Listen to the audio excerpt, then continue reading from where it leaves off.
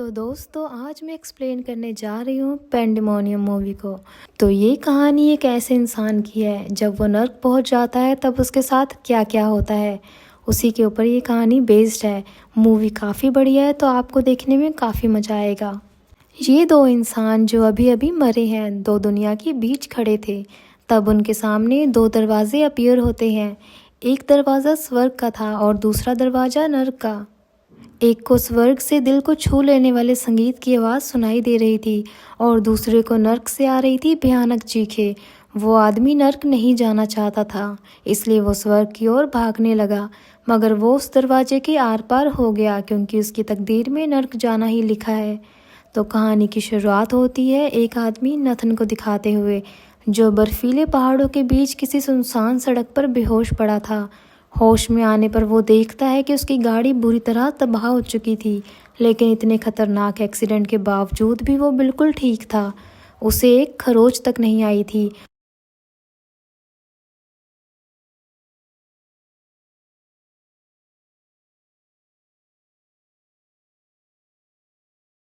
Nathan की वजह से ही ये एक्सीडेंट हुआ था। नथन उससे माफ़ी मांगता है और पूछता है, तुम्हें कहीं चोट तो नहीं लगी? डेनियल उसे हैरानी से देख रहा था और कहता है कि तुमने मेरी भाई की हालत देखी है? एक्सीडेंट के बाद क्या हुआ था, क्या तुम्हें कुछ भी याद नहीं? नथन जवाब देता है कि मेरा सर जोर से डैशबोर्ड पर लगा था, लेकिन देखो हम बच गए। डेनियल पूछता है कि फिर तुम्हें सर पर चोट का कोई निशान क्यों नहीं है, और यकीनन तुम्हें कोई दर्द भी महसूस नहीं हो रहा होगा। नथन जवाब देता है, हाँ तुम सही कह रहे हो। तब डेनियल कहता है कि क्या अब भी तुम कुछ नहीं समझे? हम मर चुके हैं, अब हम आत्माएं हैं। इस पर नथन बौखला जाता है। वो अपने शरीर को महसूस करते हुए कहता है कि मैं जिंदा हूँ, मैं बिल्कुल ठीक ठाक हूँ, और तुम भी हो। डेनियल कहता है कि जब तुम्हारी गाड़ी मुझसे टकराई, मैंने अपनी पसलियों के टूटने के दर्द को महसूस किया। शायद मेरी मौत तुमसे पहले हुई, क्योंकि तुम मेरे कुछ समय बाद आए। मैं भी ये मानने के लिए तैयार नहीं था, लेकिन अब मैंने हकीकत को मान लिया है। अच्छा यही होगा कि तुम भी समझ जाओ, लेकिन नथन मानने के लिए तैयार ही नहीं था। तब डेनियल गाड़ी की तरफ इशारा करके कहता है कि तुम्हें अंदर देखना चाहिए।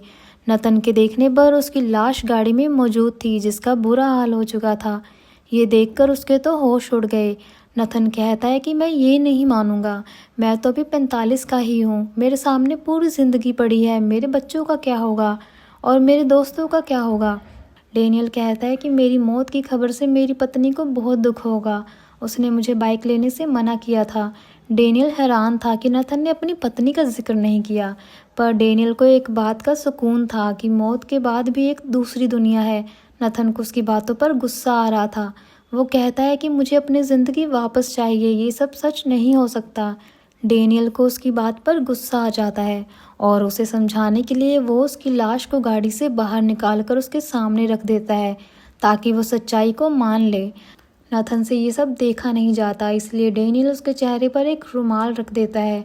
तभी उन्हें गाड़ी की आवाज़ सुनाई दी। करीब आने पर नथन उस आदमी से हेल्प मांगने की कोशिश करता है, लेकिन वो आदमी उन दोनों को नहीं देख सकता था।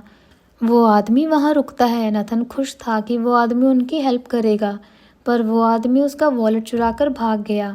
नथन को बहुत गुस्सा आया, लेकिन इन सबसे एक बात तो वो समझ गया कि वो वाकई मर चुका है, और अब उसे इस बात की चिंता थी कि अगर कोई दूसरी दुनिया है मौत के बाद, तो नर्क और स्वर्ग भी होगा। वो डेनियल से पूछता है कि अगर हमसे किसी का खून हुआ हो, तो क्या हम फिर भी स्वर्ग में जाएंगे? डेनियल हैरान होकर पूछता है, किसका खून? तो नथन बताता है कि जैसा तुम समझ रहे हो वैसा कुछ भी नहीं है, लेकिन मैंने अपनी पत्नी को मार दिया था क्योंकि वो बहुत बीमार थी और तकलीफ़ में थी। और अब डेनियल को समझ आता है कि उसने अपनी वाइफ का जिक्र क्यों नहीं किया। वो दोनों बात कर ही रहे थे कि तभी डेनियल को एक धुन सुनाई देती है, जिसको नथन सुन नहीं पा रहा था। तभी वो अपने सामने एक दरवाज़ा देखता है, जो कि स्वर्ग का था। डेनियल खुश हो जाता है क्योंकि वो धुन भी वहीं से आ रही थी।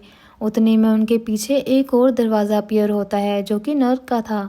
नथन को वहाँ से भयानक आवाज़ें आ रही थी। डेनियल कहता है कि हम दोनों को अलग अलग दरवाज़ों से आवाज़ें आ रही हैं, जिसका मतलब साफ है कि तुम नर्क में जाओगे और मैं स्वर्ग में। अभी इससे पहले कि डेनियल दरवाजे के उस पार जाए, नथन डेनियल को धक्का देकर खुद ही उस दरवाजे से गुजरने की कोशिश करता है, लेकिन वो उस दरवाजे के आर पार हो गया, जिससे वो काफ़ी परेशान था क्योंकि वो नर्क नहीं जाना चाहता था। डेनियल उसे समझाता है कि अब कोई दूसरा रास्ता नहीं है। नथन एक्सीडेंट के लिए उससे माफ़ी मांगता है। तब डेनियल कहता है कि तुम्हारी गलती नहीं है, मेरा ही ध्यान नहीं था। दरअसल मैं सड़क के पास खेलते एक बच्ची को देख रहा था। फिर वो दोनों एक दूसरे से गले मिलते हैं और डेनियल अंदर जाने के लिए तैयार था, लेकिन इस बार डेनियल भी उस दरवाजे को पार नहीं कर पाता। उसे समझ नहीं आती कि ऐसा क्या हुआ, और अब तो उसे भी वो भयानक आवाज़ें सुनाई दे रही थी। तभी वहाँ एक बच्ची आती है। दरअसल ये वही बच्ची है जिसे एक्सीडेंट से पहले डेनियल ने देखा था, लेकिन उसे इस बात का अंदाज़ा नहीं था कि उसकी बाइक से वो बच्ची भी मारी गई। वो बच्ची कहती है कि तुम दोनों की वजह से मेरी जान चली गई, यहाँ तुम दोनों नर्क में जाओगे। जिसके बाद वो चिल्लाने लगती है, इसलिए वो दोनों उसे उठाकर स्वर्ग में फेंक देते हैं। अब डेनियल उदास था क्योंकि अब उसे भी नर्क में ही जाना था। वो कहता है, क्या हमें नर्क में फेंकने के लिए कोई आएगा? जिस पर नथन उसे लात मार के अंदर भेज देता है, लेकिन खुद वो जाने के लिए तैयार नहीं था। तभी उसे लेने एक बहुत ही भयानक राक्षस आता है, जिससे डरकर नथन खुद ही अंदर चला जाता है। अंदर उसे बहुत सारे लोग दिखते हैं जो इस समय ज़मीन पर बेहोशी की हालत में पड़े थे। वहाँ पर एक छोटी बच्ची भी थी। नथन को समझ नहीं आता कि आखिर वो नर्क में क्या कर रही है, इसलिए नथन उसके पास गया और उसका हाथ पकड़ने पर नथन ये देख पाता है कि आखिर उसके साथ क्या हुआ था। इस बच्ची का नाम जैनी है। जैनी ने अपने परिवार के साथ कुछ बहुत ही भयानक किया था, जिस वजह से वो जेल में थी। एक थेरेपिस्ट उससे पूछती है कि तुमने अपनी परिवार के साथ ऐसा क्यों किया। जैनी कहती है कि मुझे अपनी बहन से नफरत है। दरअसल डरावनी परछाइयाँ जैनी को दिखाई देती थी, जिस वजह से उसका बर्ताव काफ़ी अजीब हो गया था। उसके पिता को तो उससे डर लगता था, इसलिए वो चाहते थे कि उसे इलाज के लिए हॉस्पिटल भेज दिया जाए। लेकिन उसकी पत्नी हमेशा उससे बहस करती थी कि जैनी बिल्कुल ठीक है। फिर हमें पास्ट का सीन दिखाया जाता है। जैनी रईस माँ बाप की बेटी थी। एक सुबह जब वो अपने मॉम डैड को ढूंढने उनके कमरे में आती है, तो वहाँ उनकी लाशें पड़ी थी, लेकिन जैनी जरा भी हैरान नहीं होती, ना ही इस बात का उसे कोई दुख था। वो तुरंत ही किचन में जाकर जैम टोस्ट बनाती है और उसे लेकर वो किसी को ढूंढने जाती है, जहाँ टोनी द मॉन्स्टर रहता था, जो इंसानों जैसा दिखने वाला राक्षस है और जैनी का दोस्त भी। टोनी बहुत सहमा हुआ था। जैनी पूछती है कि तुमने मेरे माता पिता को क्यों मार दिया, अब मेरा ख्याल कौन रखेगा? तो टोनी कहता है कि मैंने उन्हें नहीं मारा। जैनी झूठ बोलने पर उसे डांट देती है और कहती है क्योंकि अब वो मर चुके हैं तो तुम्हें यहाँ छुपकर रहने की कोई ज़रूरत नहीं, तुम मेरे साथ मेरे घर पर रहोगे। ये सुनकर टोनी बहुत खुश हो जाता है क्योंकि वो इस गुफा से बाहर निकलना चाहता था। खैर घर में लाने के बाद जैनी उसे नहलाने ले गई। टोनी को ये सब बहुत अच्छा लगता है। जैनी भी बहुत खुश थी क्योंकि अब वो जो चाहती थी वो कर सकती थी। उसे रोकने टोकने वाला कोई जिंदा नहीं बचा था। ये सब होने के बाद वो टोनी से कहती है कि लाशों को ऊपर कमरे में ले जाओ, लेकिन तभी वो सोचती है कि मुझे अपने माता पिता को आखिरी बार अलविदा कहना चाहिए, जिसके लिए वो दोनों लाशों को थिएटर में ले गई, जहाँ वो टोनी के साथ एक प्ले परफॉर्म करने वाली थी। वो टोनी को स्टेज पर लाकर कहती है कि लोगों देखो, इस राक्षस ने मेरे माता पिता को मार दिया, अब इसे फांसी पर लटकाना होगा। टोनी फंदा गले में पहनकर कहता है कि मेरा नाम टोनी द मॉन्स्टर है और मैंने ये खून नहीं किया, जिसके बाद वो फांसी पर लटक गया। फिर थिएटर के बाद टोनी लाशों को उठाकर ऊपर ले जाता है और उन्हें बेड के नीचे छुपा देता है। जैनी उस बेड पर कूदने लगती है क्योंकि आज वो बहुत खुश थी। और फिर हम देखते हैं कि दरअसल जैनी ही चाकू लेकर रात में अपने माता पिता के कमरे में आई थी। यहाँ टोनी को एहसास होता है कि वो खुद को आईने में नहीं देख सकता, तो जैनी कहती है कि तुम्हारे लिए ये अच्छा है कि तुम खुद को ना ही देखो। अब इस बात से ये अंदाज़ा हो जाता है कि टोनी जैनी का भ्रम है। ये जैनी के डार्क साइड को दर्शाता है। असल में तो जैनी ही है जिसने अपने माता पिता का खून किया था।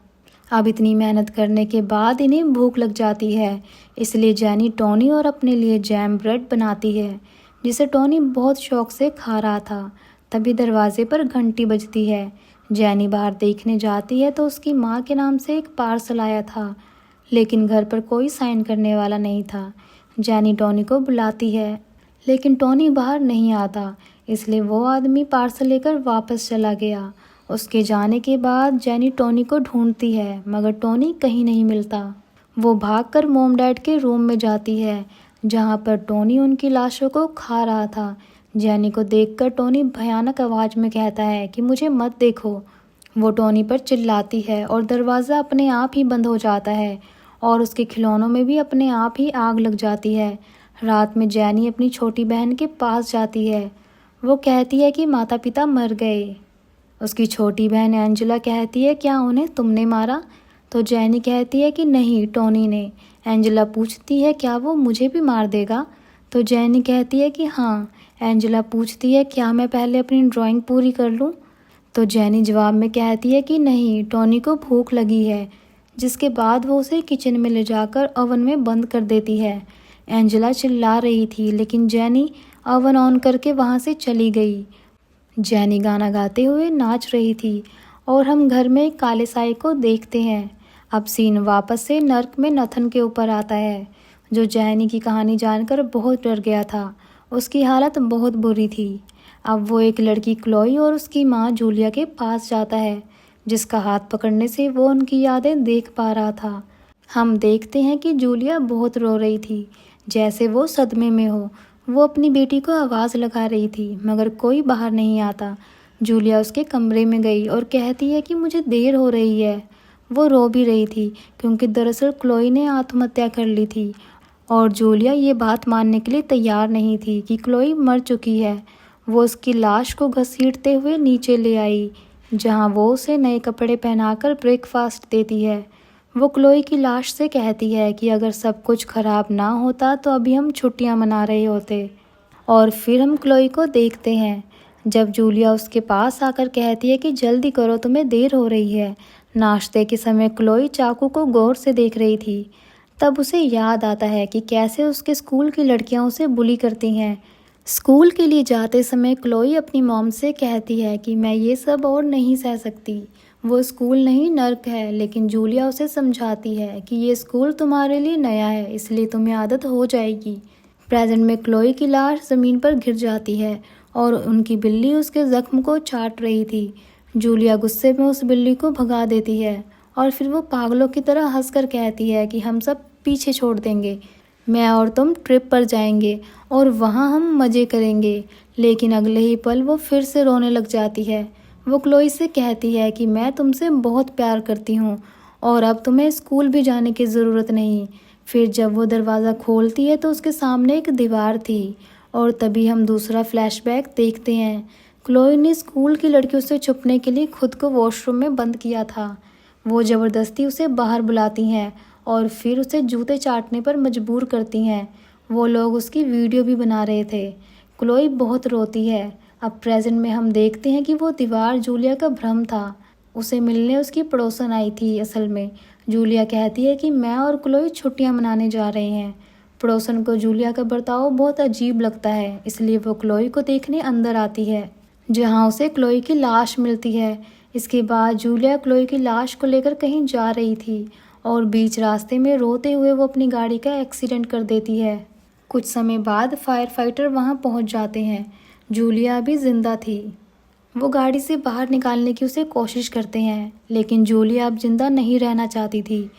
तो असल में जूलिया ने अपनी बेटी पर कभी ध्यान ही नहीं दिया कि वो कितनी तकलीफ़ में थी और अंत में उसे अपनी ही जान लेनी पड़ी। इसलिए दोनों माँ बेटी नर्क में आ गए। नर्क में नथन उनकी लाशों को कपड़े से ढक देता है।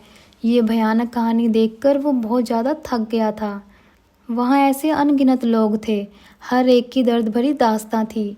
तभी वहाँ शैतान आता है, जो नथन से कहता है कि तुम्हारी असली सज़ा का समय आ चुका है। नथन फिर से अपनी सफाई देने लगता है कि मेरी पत्नी पहले से ही बीमार थी, मैंने तो बस उसे बीमारी से छुटकारा दिया, हर दिन उसे तकलीफ़ से गुजरना पड़ता था। शैतान पूछता है, क्या उसने तुम्हें ऐसा करने को कहा था? तो नथन जवाब देता है कि नहीं, लेकिन वो तकलीफ़ में थी। शैतान कहता है कि सज़ा का फ़ैसला मैं नहीं करता। नथन कहता है कि फिर मुझे उसके पास ले जाओ जो ये फ़ैसला करता है।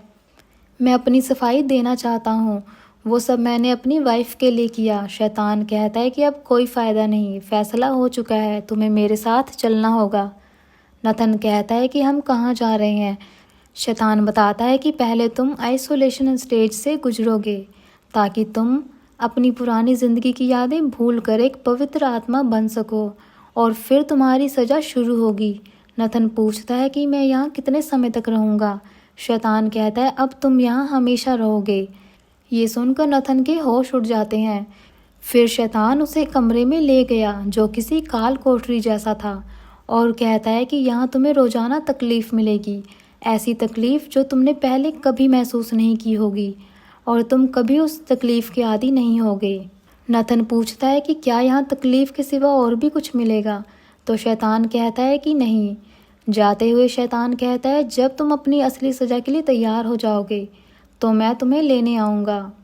जिसके बाद वो वहाँ से चला गया। उसके जाने के बाद नथन देखता है कि वहाँ कोई लेटा हुआ था। नथन पूछता है कि तुम कौन हो, तो वो राक्षस जाग जाता है। वो पूछता है कि क्या तुम मेरा नया खिलौना हो। ये सुनकर नथन कहता है कि मैं इंसान हूँ, तुम्हारा खिलौना नहीं। वो राक्षस नथन को देखकर ऐसे खुश था जैसे बच्चे को नया खिलौना मिल जाए। राक्षस नथन को पकड़कर दीवार पर पटकता है और फिर उसके ऊपर बैठकर उसे मुक्कों से मारने लगता है। वो मार मार कर उसका काफ़ी बुरा हाल कर देता है। वो नथन से कहता है कि उठो, मुझे तुमसे और खेलना है। और हम जान पाते हैं कि कुछ समय बाद नथन फिर से जिंदा होगा ताकि ये राक्षस उसके साथ खेल सके। मगर ये राक्षस नथन की आत्मा को ही मार देता है। वैसे तो नर्क में ये फिर से जिंदा हो जाते, मगर इस राक्षस ने इतनी बुरी तरह से आत्मा को नुकसान पहुंचाया कि उसका पुनर्जन्म हुआ दुनिया में एक बच्चे के रूप में।